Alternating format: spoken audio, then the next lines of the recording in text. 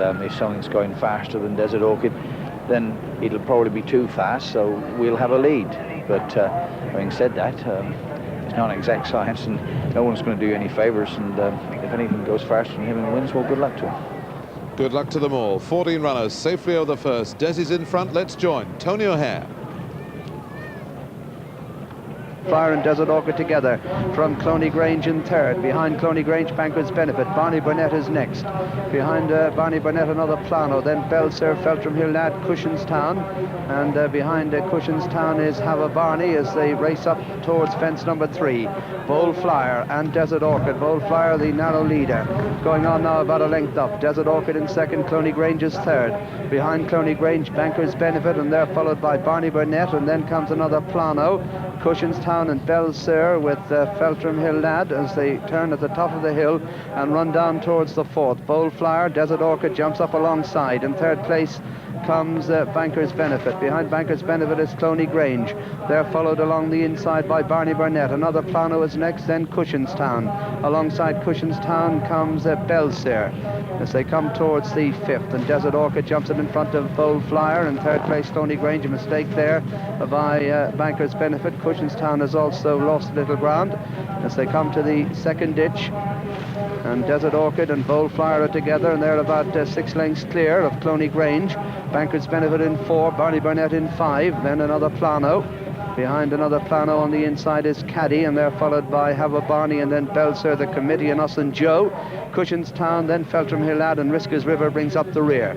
Running down now towards the next fence, which is number 7 in the Irish National, and Bold Flyer and Desert Orchid. Desert Orchid again, the better jump there, leads by half a length. Bold Flyer in second. A 4-length gap then to Cloney Grange, with Banker's Benefit running 4.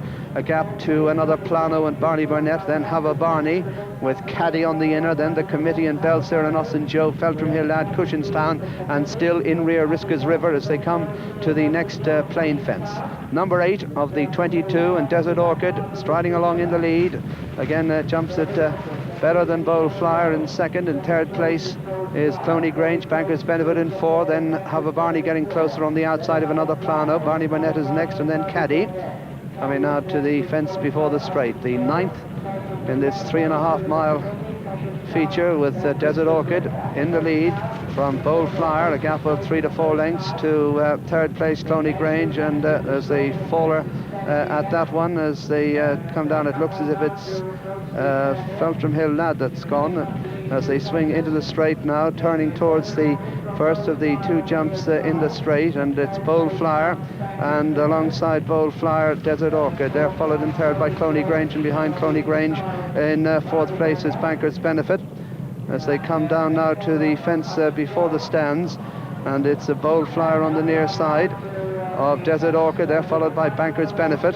Behind Banker's Benefit is Cloney Grange, then comes Barney Burnett, and they're followed over it by Hava Barney, and the faller was in fact Us and Joe. Us and Joe was the faller at the fence before the straight. As they come in front of the stands, they've jumped 11 fences at the halfway stage, and Bold Flyer shows in front by about a neck from Desert Orchid, then a 2-length gap to third place, where we find Cloney Grange. Behind Cloney Grange in fourth place is Banker's Benefit, and they're followed into the turn by Caddy, and then behind Caddy is Barney Burnett, and then Hava Barney. Another Plano is next, Belser just behind them, then Feltram Hill Lad, as they start to go up the hill for the second time with 11 more fences to jump. Desert Orchid here is pricked in the lead by a length and a half from Bold Flyer. In third place is Cloney Grange, in fourth place is Banker's Benefit, then Caddy. Behind Caddy is Barney Burnett, and then another Plano. Desert Orchid the leader from Bold Flyer, Cloney Grange, and Caddy takes a heavy fall there. Caddy is gone, going towards the next ditch, which is fence number 13, and Desert Orchid out in front enjoying himself from Bold Flyer in second, then Cloney Grange, then Banker's Benefit and Barney Burnett and Hava Barney and Belser, and in behind is another Plano, then Feltram Hill Lad and the Committee, and they're followed by Cushinstown.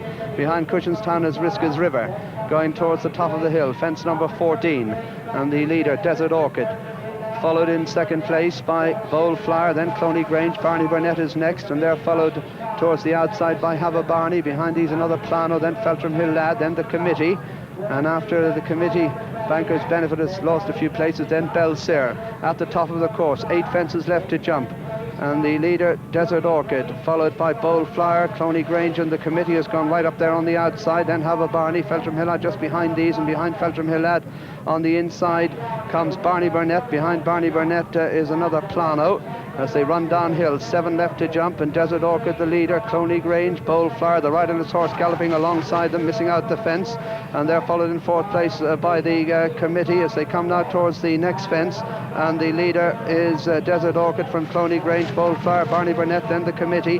They're followed by Have a Barney, and behind Have a Barney on the inside is Feltram Hillad, then Risca's River, Cushinstown, Belser is next, and the faller at that previous fence was another Plano as they come down with 5 to jump, and the leader is Desert Orchid.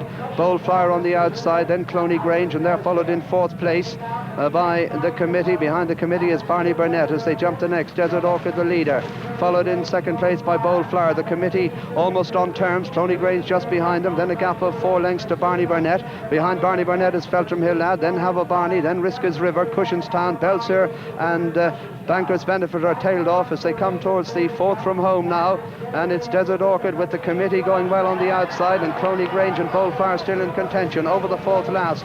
Desert Orchid on the inside, the committee, Cloney Grange and Bold Flyer. They're chased by Feltram Hillad. Behind Feltram Hillad is Barney Burnett, and they're followed by Risca's River as they come towards the 3rd last. The riderless horse galloping ahead of the favourite, who leads, Desert Orchid from Cloney Grange. The committee is 3rd. At the 3rd last, Desert Orchid, not his best jump, but he's still the leader from Cloney Grange in 2nd, then Bold Flyer. Risca's River makes ground in 4, Barney Burnett, then comes Feltram Hillad as they round the home turn. 2 fences left to jump in the Irish National, and Desert Orchid still the leader. Desert Orchid the top weight in the lead, being chased by Cloney Grange, the committee. Risca's River making ground down the inside, but as they jump it, it's Desert Orchid the leader, and he's increased his advantage to 5-6 lengths. Risca's River in 2nd, 3 the committee, then Cloney Grange, Barney Burnett, Bold Flyer and Belser have been pulled up, but down to the last, the top weight, Desert Orchid, Richard Dunwoody in the lead and clear, looking as if they only have to jump it, and they dive at it, escape with it and come down towards the finish. The leader, Desert Orchid, clear from Risca's River. They're all struggling behind him. An untidy jump at the last, but he's putting up a good performance and getting a tremendous reception from the crowd. Desert Orchid pushed out hands and heels. Richard Dunwoody, the favourite, wins the Irish National. Desert Orchid clear, a good 10-12 lengths to the good of the line. Barney Burnett goes 2nd. Have a Barney is 3rd. I'd say Cloney Grange just 4th ahead of Risca's River in the committee, and then Feltram Hillad, and they're followed by Cushinstown, who's last. Belser was pulled up, and so was Bold Flyer, but a very anxious moment for Richard Dunwoody, for the owner, trainer, and all the people willing the horse to win the race. That last fence almost proved a disaster, but Desert Orchid survived and won by a good 10-12 lengths, with Barney Burnett taking 2nd place and Have Barney probably just getting up to take 3rd.